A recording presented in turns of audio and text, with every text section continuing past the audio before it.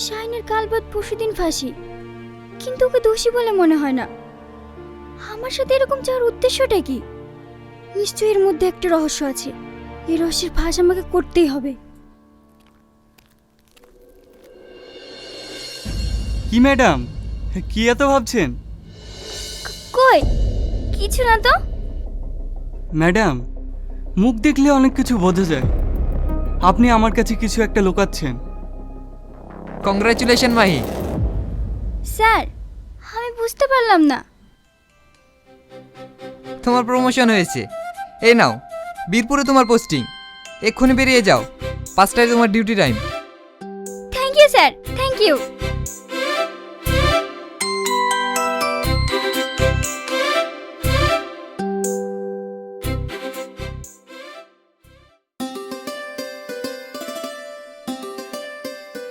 শ্রাবণী,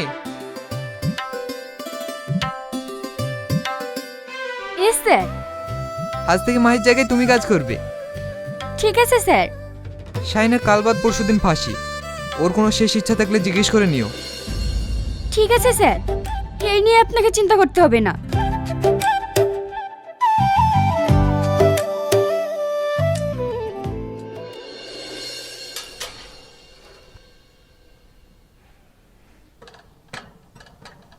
তুমি তো সবই জানো। কাল বাদ পরশুদিন তোমার ফাঁসি। তোমার কোনো শেষ ইচ্ছা থাকলে বলতে পারো। ম্যাডাম, আমার শেষ ইচ্ছার কথা আমি মাহি ম্যাডামকে বলবো। কি করে বলবে? উনি তো আর এখানে নেই। ওনার আজকে প্রমোশন হয়েছে, উনি বীরপুরে চলে গেছে। তাহলে যে আমাকে যা বলার আমাকে বলো, ওনার জায়গায় আমি আছি। ম্যাডাম, তাহলে আপনি যান, আমি আর কিছুই বলবো না। না না, এই বললে তো হয় না। তুমি বলো, তোমার শেষ ইচ্ছাটা কি? ম্যাডাম, আমার শেষ ইচ্ছা আপনি পূরণ করতে পারবেন না। কেন? তুমি বলোই না, তারপরে আমি দেখছি। আমি একটা কুমারী মেয়েকে বিয়ে করতে চাই। পারবেন আমার এই ইচ্ছাটা পূরণ করতে? তুমি কি বলছো? পরশুদিন তোমার ফাঁসি, এই সময় তোমাকে কে বিয়ে করবে? আমার শেষ ইচ্ছার কথা আপনাকে বললাম। ইচ্ছা হলে পূরণ করবেন, না হলে করবেন না।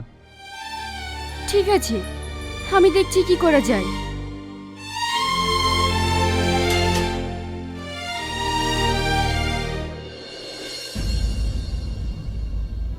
এটা অসম্ভব চাও স্যার, এটা কখনো হয়? হ্যাঁ স্যার, কাল কি যার ফাঁসি, আজকে তাকে কে বিয়ে করবে? চুপ করো তোমরা। একটা ফাঁসির কয়েদি নিজের শেষ ইচ্ছা প্রকাশ করেছে, সেটা পূরণ করার দায়িত্ব আমাদের। শ্রাবণী, তুমি এক কাজ করো, চারিদিকে প্রচার করিয়ে দাও। তারপরে যদি কেউ আসে তাহলে হবে। ঠিক আছে স্যার। একটি বিশেষ ঘোষণা। এক আসামির কাল ভোর 4:10 ফাঁসি। সেই আসামির শেষ ইচ্ছা একটি কুমারী মেয়েকে বিয়ে করতে চায়। কোনো মেয়ে যদি ইচ্ছুক থাকো তাহলে জেলার সাহেবের সাথে যোগাযোগ করো। আসামির নাম শাহিন। একটি বিশেষ ঘোষণা। এক আসামির কালকে যার ফাঁসি, তাকে জেনে শুনে কেউ বিয়ে করবে? আমার মতো মেয়েকে যদি 10 লাখ টাকা দেবো বলে, তাও ওকে বিয়ে করব না। একদিনের জন্য বিয়ে করি, সারা জীবন বিধবা হয়ে থাকবো নাকি? ও চাওয়াটাই তো ভুল, অন্য কিছু চাবে।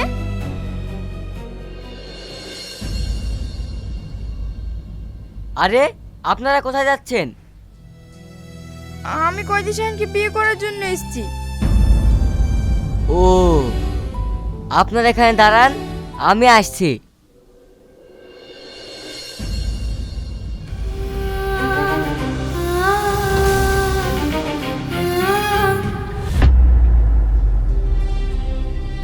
স্যার, কয়েদি শাহিনকে বিয়ে করার জন্য একটা মেয়ে এসছে। ঠিক আছে, ওকে ভিতরে পাঠিয়ে দাও। এইবার আসুন।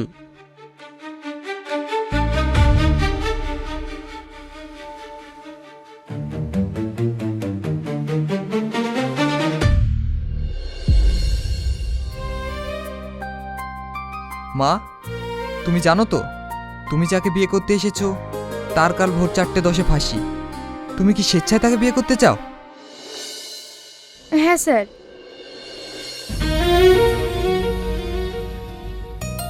শ্রাবণী, তুমি এক কাজ করো, কনেকে উপরে নিয়ে যাও, আর তোমরা কয়েদি শাহিনের বিয়ের ব্যবস্থা করো। ঠিক আছে স্যার।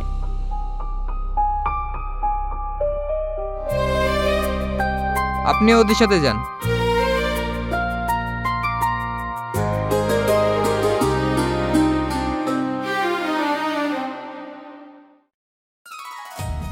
$10,001 দেনমোহরের পরিবর্তে মোসাম্মদ সালমা খাতুন স্বামী রূপে তোমাকে গ্রহণ করেছে।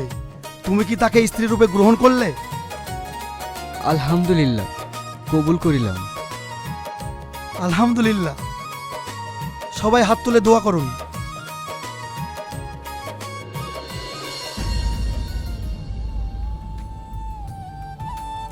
এই ঘর আজ তোমাদের জন্য, যাও। শাহিন, আমি 2:30-এ তোমাকে নিতে আসবো।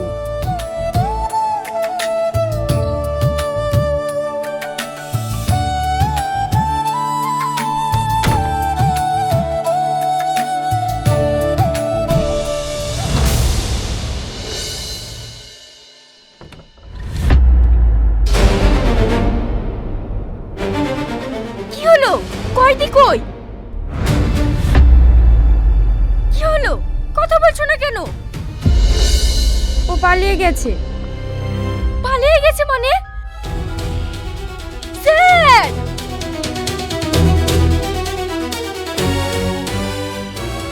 স্যার, এই দেখুন, কয়দি পালিয়ে গেছে। কি? পালালো কি করে? আমি ওকে পালাতে সাহায্য করেছি।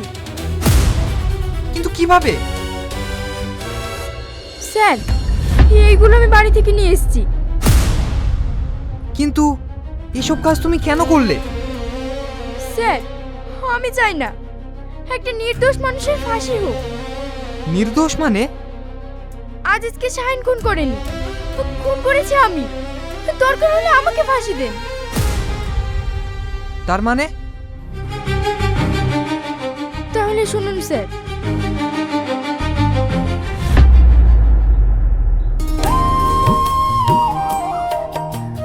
কি রে, তোর আসতে এত দেরি হলো কেন? তুই জানিস নি তোকে এক মুহূর্ত না দেখলে আমি থাকতে পারিনি। কালকে তো আমি কলকাতায় চলে যাচ্ছি, তখন কি করে থাকবি? কলকাতা যাচ্ছি মানে? আমার খালাতো ভাই একটা কাজ ঠিক করেছে, মাসে 20,000 টাকা বেতন। না, তোকে আমি যেতে দেবো না। তোকে ছাড়া আমি থাকতে পারবো না। থাকতে তো আমিও পারবো না, কিন্তু কিছু করার নেই। জানিস, মা পরের বাড়িতে কাজ করে কোনো রকম সংসার চালায়। মা আমাদের জন্য আর কত কষ্ট করবে বল? তাই আমি ঠিক করেছি, কাজটা যদি করতে পারি অন্তত অভাবটা তো মিটবে। যদি তাই যাস তাহলে আমিও তোর সঙ্গে যাব। দরকার হলে ওখানে আমি কোনো একটা কাজ করব, অন্তত তোকে দেখতে তো পাবো। তাহলে তো ভালোই হয়, তাই চ।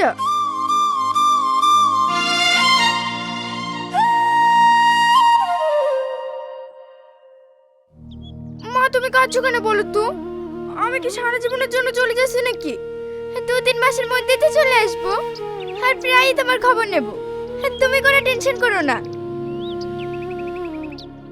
শাহিন, তুই একটু সালমাকে দেখিস। তুই যদি ওর সাথে না যেতিস আমি ওকে ছাড়তামই না। চাচিমা, আপনি কোনো চিন্তা করবেন না, আমি সালমাকে একা ছাড়বই না। আমাদের জন্য দোয়া করবেন। আসছি।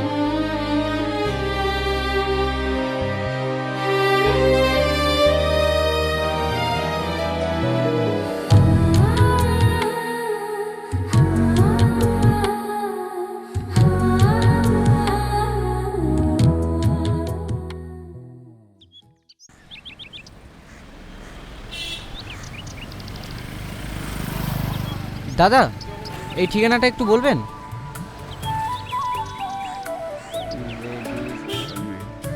ও এই তো ধর্মতলা ডান সাইডে গিয়ে 357 নম্বর বিল্ডিং। থ্যাংক ইউ দাদা।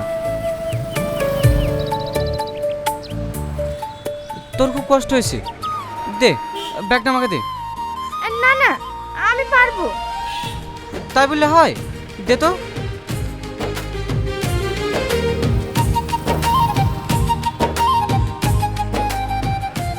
ওই তো কচুরির দোকান, চ খাই কি।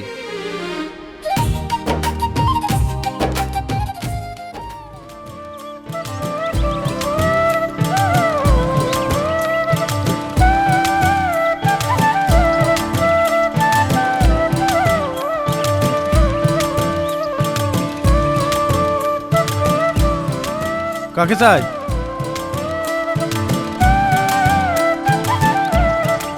ও স্যার উপরে আছে, যান ভিতরে যান।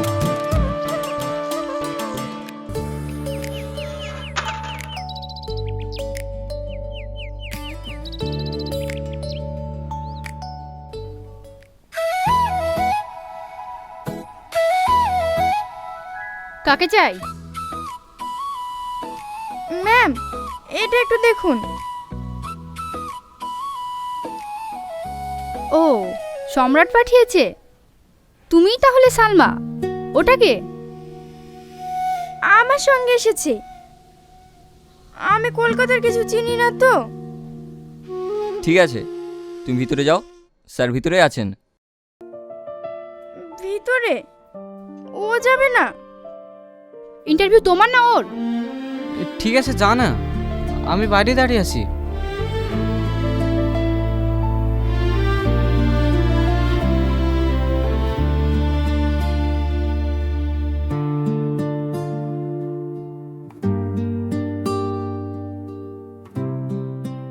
তুমি ওখানে বসো।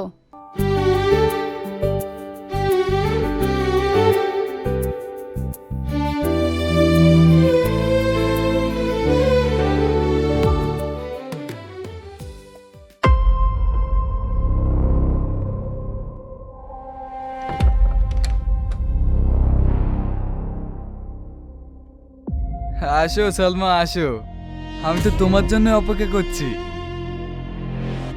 সত্যি সম্রাটের একটা চয়েস আছে, যা বলেছে একদম সেম।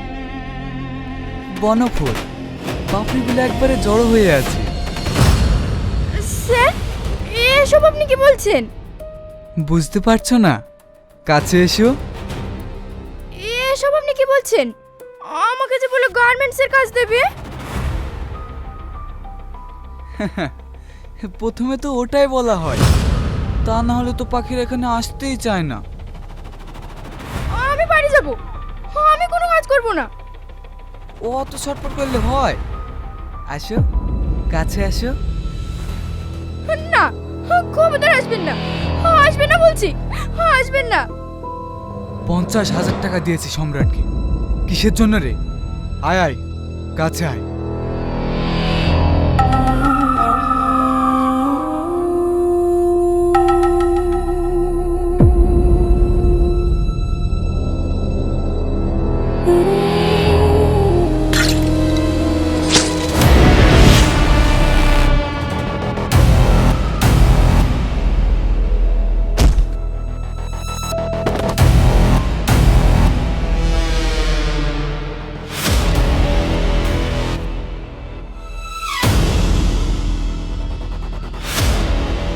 সালমা,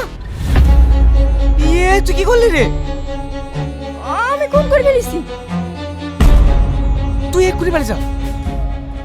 তোকে এখানে একা রেখে আমি যাব না। তুই বুঝতে পারছিস কেন? তুই যাবি না হলে আমার দিব্যি। যা।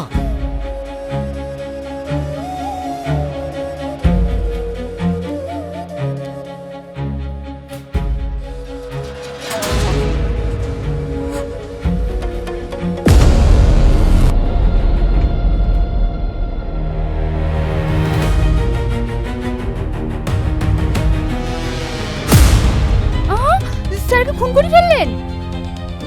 Hello police station.